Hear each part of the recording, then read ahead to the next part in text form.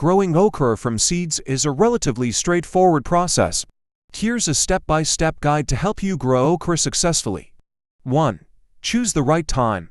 Okra is a warm season vegetable that thrives in hot weather. 2. Select a sunny location. Choose a sunny spot in your garden that receives at least 6 to 8 hours of direct sunlight per day. Okra plants require plenty of sunlight to grow and produce a good harvest. 3.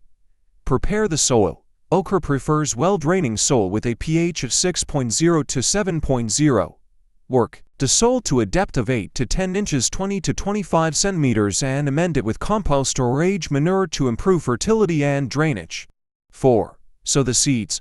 Plant okra seeds directly in the garden or in containers if you prefer. 5. Watering.